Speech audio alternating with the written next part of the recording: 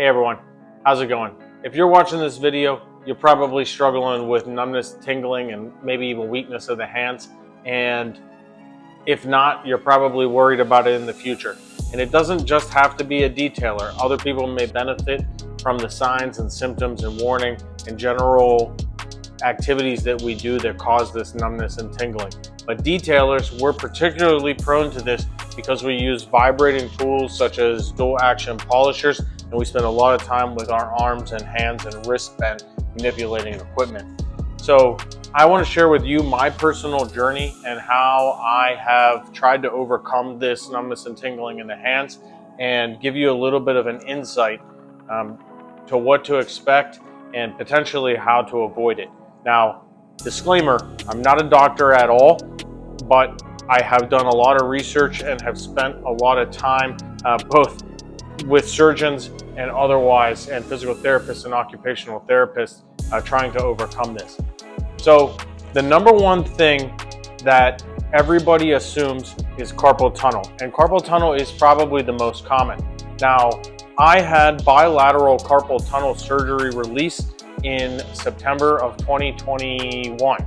And so, I have been through the surgery. I had a EMG test that confirmed that I had carpal tunnel syndrome. And an EMG test is when they hook up some electrodes and some electrical impulses, and they test the time that it takes to travel from your hand, or from the lead into your hand. And if it's impeded and slower, then they know that you have carpal tunnel, because it takes less time, it takes more time for the signal to reach the other end. So what exactly is carpal tunnel? And how can you identify it? So carpal tunnel primarily affects from your thumb and index and middle and ring finger. Typically, carpal tunnel does not affect your pinky finger. So if you have numbness and tingling in your pinky finger, then stick around for the next segment that I'm going to talk about, which is cubital tunnel syndrome. But carpal tunnel primarily affects these fingers. Now, early on, the vibration can make your hands feel tingly. You fall asleep, or your hands fall asleep rather easy. You wake up in the morning, they're cramped. Now, at the advanced stages, I'm going to tell you, I would wake up in the morning and my hands, I couldn't move my hands. They were almost bent in this like contorted pose. So, you can wait too long. You start exhibiting these symptoms, you really need to address it early. And part of the things that you can do early on is you can wear a wrist brace at night, which keeps your wrist straight instead of bent. Most of us bend our wrists at night, so that can help. If you're doing a lot of polishing with a dual action polisher, I suggest buying a set of anti-vibration gloves on Amazon. I'll link you the ones that I have in the description. They seem to work, but understand in my case, I had carpal tunnel damage long before I became a detailer and opened Harker Heights Ceramic Coatings. So, I had that problem going in, and I was already a little bit too far gone, and I had already been exhibiting symptoms for over 10 years at that point. So don't let your symptoms get to the point that I did, where I couldn't even literally move my hands in the morning, and I was stuck in this position for quite some time. It's so miserable, it will bring tears to your eyes. So if you have health insurance, that's one thing you need to do. Otherwise, try to, maybe get a cash discount for paying out of pocket. I know a lot of detailers don't have health insurance. So, that's probably the most common. And I'll see if you can see it on camera here. You can potentially see the scars in my wrist. The surgeon did a really good job. But I did have bilateral carpal tunnel release on the same day, and that puts you out of commission. I can't remember exactly how long, but I think it was 6 weeks I couldn't lift any significant weight. I was kind of doing stuff after a few weeks, but in terms of lifting weights and lifting things, I couldn't do that. So something that you don't hear a lot about, and I think it's often either confused or just generalized as the same topic, but it isn't, is cubital tunnel syndrome. So cubital tunnel syndrome is dealing with an impingement in your nerve that runs through your elbow. And so I also have cubital tunnel syndrome. I did a lot of weightlifting in a past life, and you wouldn't believe it from seeing this in videos, but I did a lot of weightlifting, a lot of CrossFit, a lot of just a lot of everything. And my triceps and my elbows have constant tendinitis. So something to understand about cubital tunnel is, remember what I told you about carpal tunnel, right? Carpal tunnel affects these fingers. Well, guess what cubital tunnel controls?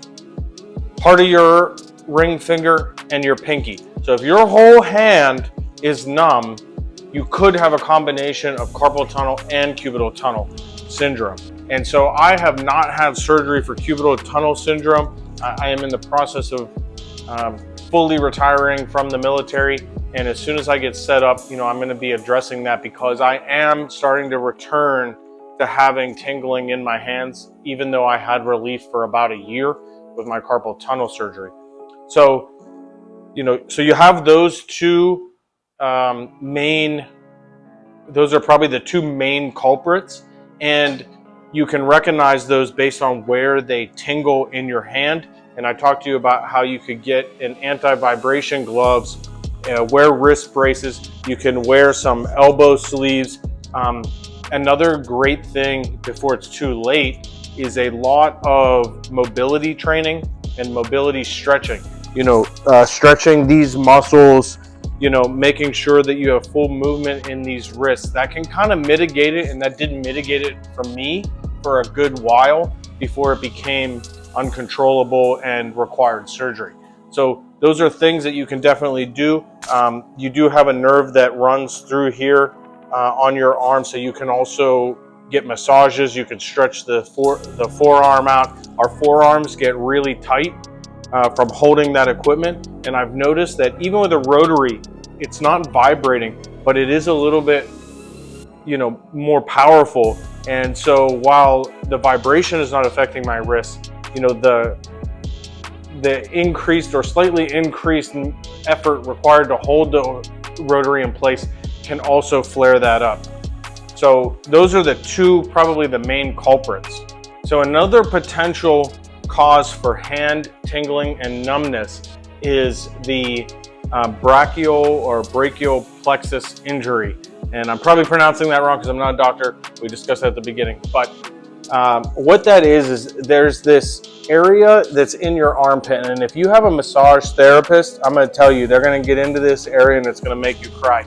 But this can get injured through overuse. And, we do a lot of hunching and tightness and, really poor body posture in general as detailers. And this can get impinged, and it can also cause hand numbness. And again, one of the big methods my massage therapist said is, of course, massages, but also, mobility training, strength training. Now, I also had shoulder surgery, so it is harder for me to move certain parts of my body, and I'm sure that contributes to my lack of mobility, which could then lead to nerve impingement. So, those are the three main culprits, I would say, probably two, and then like an added bonus that we are facing when we talk about numbness and tingling in the hands. And as a personal story, I just want to impress upon my fellow detailers that, it's better to address it and prevent it than it is to be in surgery and, potentially having long-lasting effects. My hands are still sore.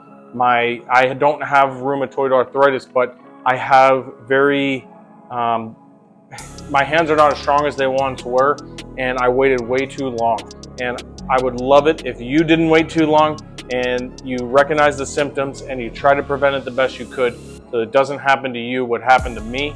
So anyways, good luck. Thanks for listening to me and my personal journey on carpal tunnel and cubital tunnel. And I hope that you never experience what I've experienced.